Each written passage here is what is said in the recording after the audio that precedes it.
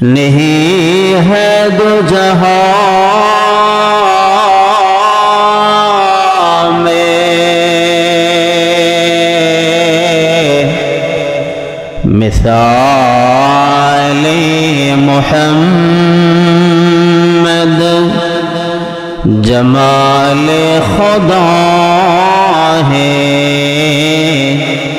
कमाल मोहम्मद बलगल अला बिकमालिही कशफत दुजा बिजमालिही हसनत जमीअ खसालिही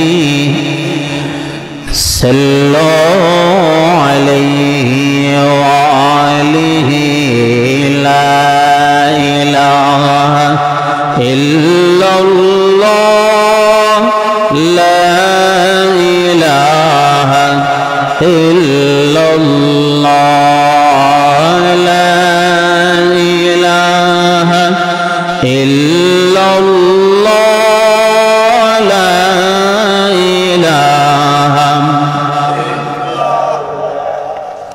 ला इलाहा सुब्हानल्लाह अल्हम्दुलिल्लाह ला इलाहा इल्लल्लाह सुब्हानल्लाह अल्हम्दुलिल्लाह ला इलाहा इल्लल्लाह सुब्हानल्लाह अल्हम्दुलिल्लाह ला इलाहा मुस्लिम फिक्र अक़बा कर अंदर रहते उठा कर पेश मौला सजदा कर ला इलाहा इल्लल्लाह ला इलाहा इल्लल्लाह ला इलाहा इल्लल्लाह ला इलाहा ला इलाहा इल्लल्लाह ला इलाहा इल्लल्लाह मुहम्मदुर रसूलुल्लाह सल्लल्लाहु अलैहि वसल्लम। हर ग्राम खानकाए रुहुल आमीনের উদ্যোগে আজকে ১৪তম বার্ষিক সুন্নি ওয়াজ ও জিকির মাহফিলের বর্তমান অধিবেশনের শ্রদ্ধাভাজন সম্মানিত সভাপতি, অত্র খানকার খাদিম, দায়িত্বশীল পরিচালক জনাব হাজী রাজা মিয়া সাহেব সহকারী, হর ধরনের দায়িত্বশীল ওলামায়ে কেরাম, মুরব্বিয়ানে এজাম, যুবক ভাই, বাসাতে বাড়িতে অবস্থানরত সম্মানিতা মা বোন, সর্বপ্রথম শুকর আদায় করেছি যে আহকামুল হাকিমিন অত্যন্ত দয়া করে আজকের এই মোবারক ওয়াজ ও জিকিরের মাহফিলে আমাদের সকলকে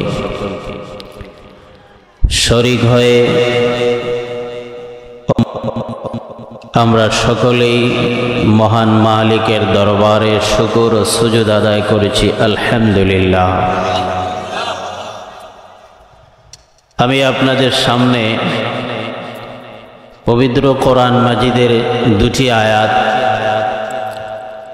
রাসূল করিম সাল্লাল্লাহু আলাইহি ওয়াসাল্লামের একটি হাদিস পাঠ করেছি। আল্লাহ তাআলা যেন আয়াত এবং হাদিসকে সামনে রেখে কথাগুলি বলা, আপনাদেরকে যেন শোনা, এরই সাথে যেন আমাদের সকলকে আল্লাহ যেন বোঝার তৌফিক দান করেন। এক সময় আমাদের ভারত উপমহাদেশে, আমাদেরই দেশের অরিজিনাল নাম হলো হিন্দুস্তান। বাংলাদেশ, পাকিস্তান, ইন্ডিয়া এটা কিছুদিন আগে নতুনভাবে আলাদা দেশ হওয়ার পর নামকরণ করা হলো। এর আগে আমাদের দেশের নাম ছিল হিন্দুস্তান। আমাদের দেশের নামটা কি সবাই বলেন? হিন্দুস্তান। আমরা জানি হযরত আদম আলাইহিস সালাম থেকে নিয়ে হযরত নূহ আলাইহিস সালাম দুনিয়ার সিরিয়াল একরকম। নূহ আলাইহিস সালামের সময় উনি প্লাবন থেকে নামার পর সমস্ত মানুষ মারা গেল। নূহ আলাইহিস সালামের 3 ছেলে, হাম, সাম, ইয়াফিস, 60 জন ছিল। একজনের নাম কেনাআন, সে প্লাবনে মারা গেল। 3 জন, একজনের নাম হাম, আর একজনের নাম ইয়াফিস, আর একজনের নাম হলো সাম।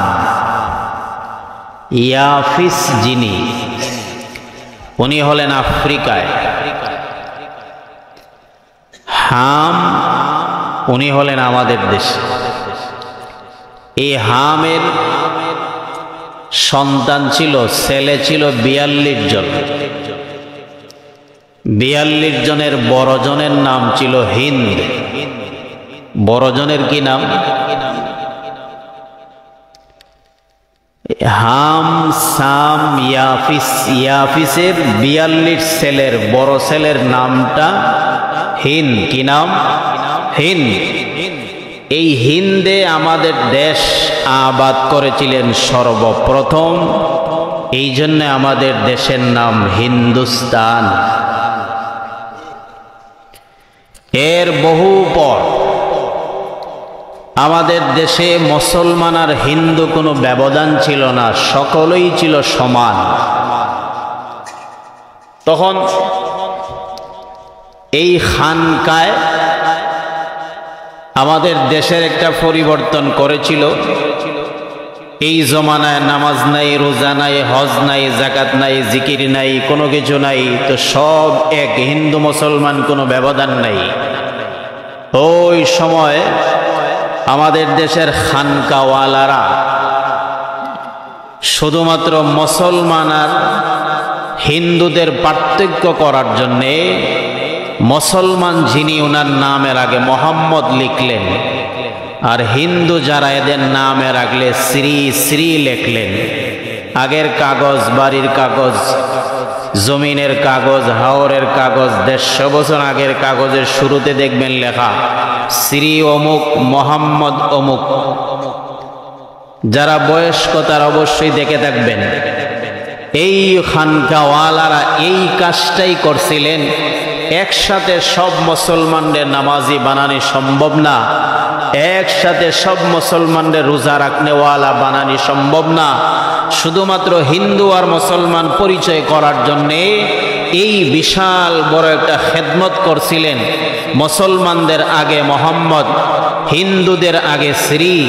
জাগার কাগজ করার জন্য যেই মানুষটা মোহাম্মদ লিখতেন, দলিল লেখক মরিল সাহেব বুঝতেন উনি একজন মুসলমান। সুবহানাল্লাহ বলেন। এরই ধারাবাহিকতায় আজকে 1450 বছর পর আল্লাহ তাআলার অশেষ মেহেরবানি, আমরা নির্দ্বিধায় স্বাধীনভাবে এই খানকায় রুহুল আমিনের ওয়াজে বসে ওলামায়ে কেরামের বয়ান শুনতে পেরেছি। আমরাও স্বাধীনভাবে বয়ান করতে পেরেছি। এই জন্যে আবারও আল্লাহর দরবারে শুকর আদায় করি, আলহামদুলিল্লাহ।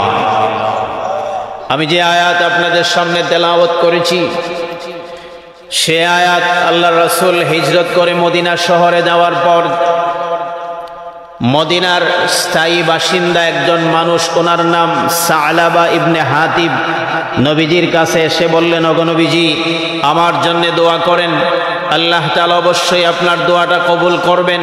যেহেতু নবী হইলেন মুস্তাজাবুদ দাওয়াত, মুস্তাজাবুদ দাওয়াত বলা হয় যেই দোয়া করতে দেরি হয় কবুল হইতে দেরি হয় না। এই রকম কিছু অলিয়া উলিয়া গৌস কুতুব ফির বুজুর্গ নবীজির জমানা থেকে আজ পর্যন্ত জমিনে বিদ্যমান আছেন, এরা দোয়া করতে দেরি হয় কিন্তু আল্লাহ তাআলার দরবারে সেই দোয়া কবুল হইতে দেরি হয় না। এদেরকে শরীয়তের পরিভাষায় মুস্তাজাবুদ দাওয়াত বলা হয়। শুধুমাত্র আমাদের নবী নয়, সমস্ত নবী রাসূল ছিলেন মুস্তাজাবুদ দাওয়াত। যেই দোয়াই আল্লাহর দরবারে করতেন সেই দোয়াটাই সাথে সাথে মহান রব্বুল আলামিনের দরবারে কবুল হয়ে যাইত। সাহাবায়ে কেরাম বিপদে পড়লে নবীজির কাছে গিয়া দোয়া চাইতেন, মুসিবতে পড়লে গিয়া দোয়া চাইতেন, পয়গম্বর দোয়া করতেন, সাথে সাথে দোয়া কবুল হয়ে যাইত। কিন্তু সব রকমের দোয়া রাসূলের কাছে গিয়া চাওয়া যায় না, করানো যায় না। এই সাহাবী গিয়া এমন একটা দোয়া চাইলেন, গিয়া বললেন, নবী গো, আমার জন্য দোয়া করেন, অবশ্যই আপনার আল্লাহর আপনি যেই দোয়াটা করবেন সেই দোয়াটা আল্লাহর দরবারে কবুল হয়ে যাবে, কবুল হইতে সামান্য পরিমাণ দেরি হবে না, এটা আমার বিশ্বাস। শুধু আমার বিশ্বাস নয়, সমস্ত সাহাবায়ে কেরামের বিশ্বাস এবং আপনাদেরও বিশ্বাস, নবী যেই দোয়া করবেন সেই দোয়া কি আল্লাহর দরবারে কবুল হইতে দেরি হবে? আমার কথা যদি বুঝে থাকেন সবাই বলেন, নবী যেই দোয়া করবেন সেই দোয়া আল্লাহর দরবারে কবুল হইতে কি দেরি হবে? এই জন্যে সাহাবী নবীজির কাছে গিয়া বললেন, নবী গো, আমার জন্য দোয়া করেন, আমি যেন বড়লোক হইতে পারি, আমি যেন টাকাওয়ালা হইতে পারি, আমি ওয়ালা হবেন, সম্পদওয়ালা হবেন। এই জন্যে কোন রাসূলকে আল্লাহ দুনিয়াতে প্রেরণ করেন নাই। আল্লাহর পয়গম্বর বলেন, লা তামুতু নাফসুন হাত্তা তাস্তাকমিলা রিজকাহা ওয়া আজালাহা। কোন মানুষ এই সময় পর্যন্ত মৃত্যুবরণ করবে না যেই সময় পর্যন্ত তার রিজিক এবং তার হায়াত পরিপূর্ণ না হয়। আপনার রিজিক যদি দুনিয়াতে বাকি থাকে, আপনি যত বড় বিপদেই পড়েন না কেন, আপনার মৃত্যু হবে না। মৃত্যুবরণ করার আগে আল্লাহর পয়গম্বর বলেন, পানি পান করনেওয়ালা দায়িত্বশীল যে ফিরিস্তা, সেই ফিরিস্তা আপনার কাছে এসে বলে, ও আল্লাহর বান্দা, সারা জীবন আপনাকে পানি পান করাইলাম, সারা জীবন আপনার জন্য কত ভালো ভালো পানির ব্যবস্থা করেছি, কিন্তু আজকে গোটা দুনিয়া ঘুরলাম, আপনার নামে একটা গ্লাস পানিও বাকি নাই। সুরমাগাঙ্গে গেলাম, গিয়া দেখলাম এই জায়গার পানি আরেক বান্দার নামে লেখা। কুশিয়ারা গাঙ্গে গেলাম, গিয়া দেখলাম এই জায়গার পানি আরেক বান্দার নামে লেখা। হার গ্রাম বড় একটা ফুসকুনি আছে, এই জায়গায় গেলাম, একটা গ্লাস পানি নিয়ে আপনার জন্য নিয়ে আসতে পারি না, দেখলাম এই পানিটা আরেক বান্দার নামে লেখা। এমনকি আপনার হার গ্রামের টিপকলের নিচে গেলাম, গিয়া দেখলাম এই পানিটাও আরেকজনের নামে লেখা, আপনার নামে লেখা নাই। এই জন্যে আমি বিদায় নিয়ে গেলাম, পানির দায়িত্ব শেষ, আসসালামু আলাইকুম। এইভাবে রিজিকের ফিরিস্তা, হায়াতের ফিরিস্তা সবে একে একে বিদায় হয়ে যান। এই জন্য আমার ভাইয়েরা, সহিহ বুখারীর হাদিসে আল্লাহ রাসূল বলেন, মানুষ দুনিয়াতে আসার আগে, মানুষের দেহের ভিতরে রূহ দেওয়ার পূর্বেই আল্লাহ তাআলা দুইজন ফিরিস্তা প্রেরণ কইরা মানুষের চারটা জিনিস লিপিবদ্ধ করান।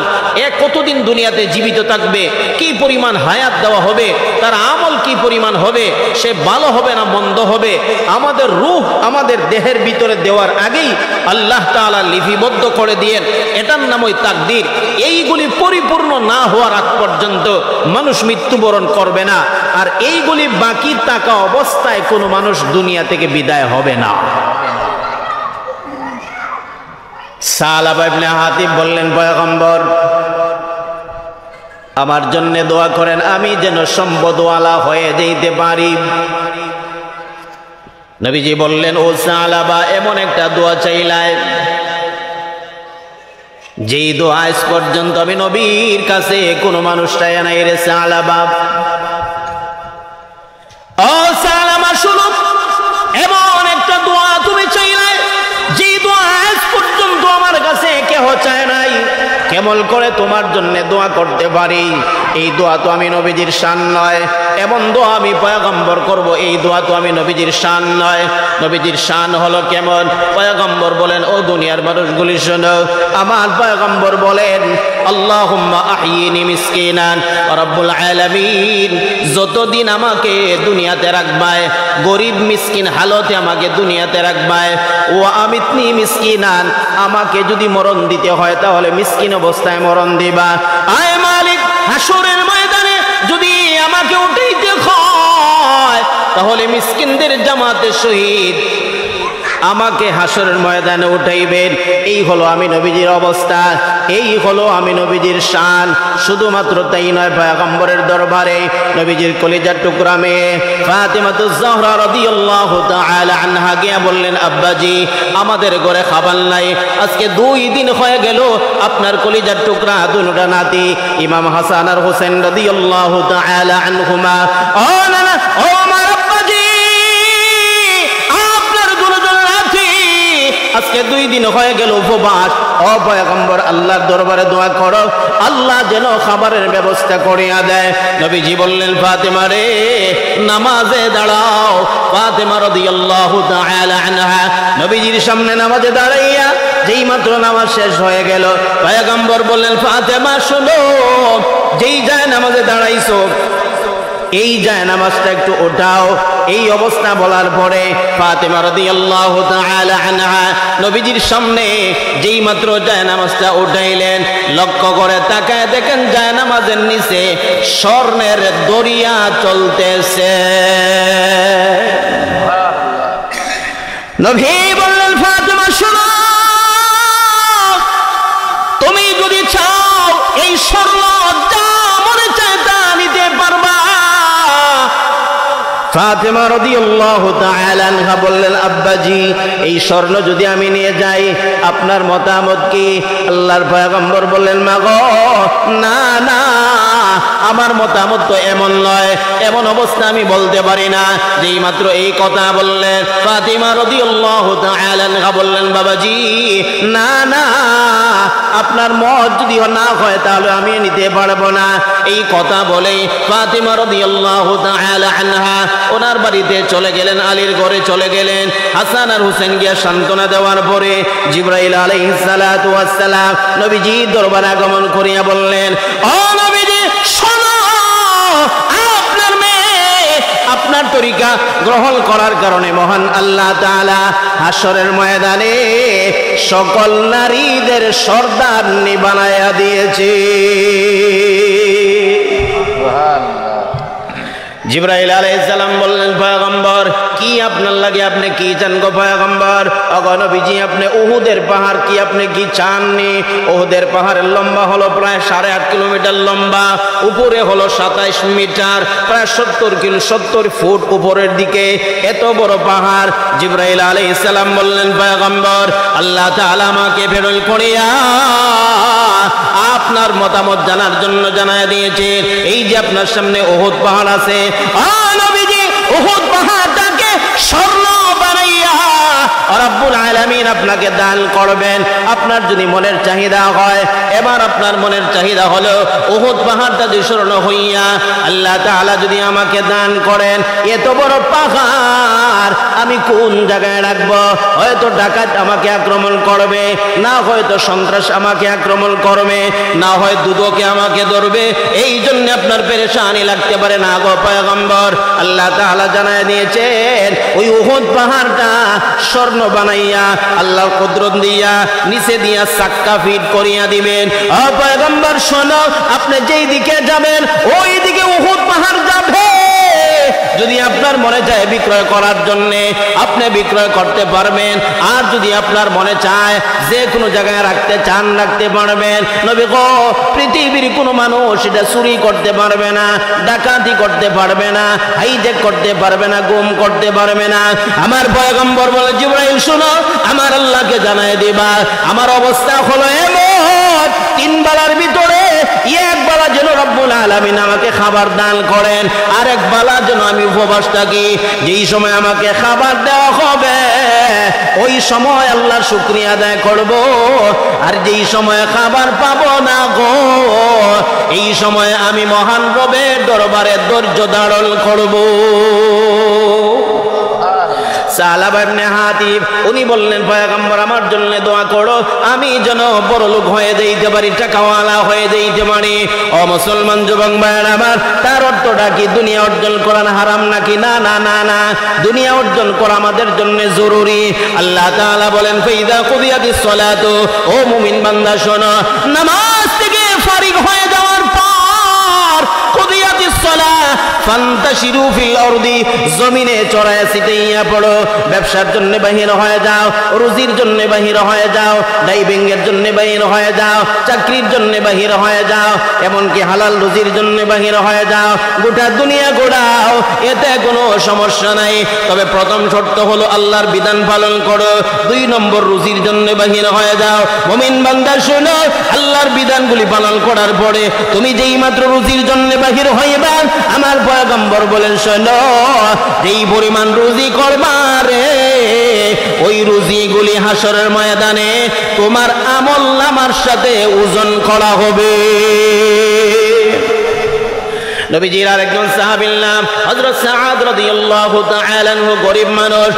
যুবক শোনো, সাআদ রাদিয়াল্লাহু তাআলা আনহু গরীব, এত গরীব, উনি একদম গরীব ছিলেন, শক্ত কাজ করতেন। পয়গম্বর সাল্লাল্লাহু আলাইহি ওয়াসাল্লাম জোহরের নামাজ পড়িয়া নবী মসজিদের নববীতে, নবীজির মসজিদে জোহরের নামাজ পড়ার পরে পয়গম্বর মসজিদ থেকে বাহির হইতেছে, সাহাবায়ে কেরাম লাইন ধরছেন নবীজির সাথে মুসাফা করার জন্য।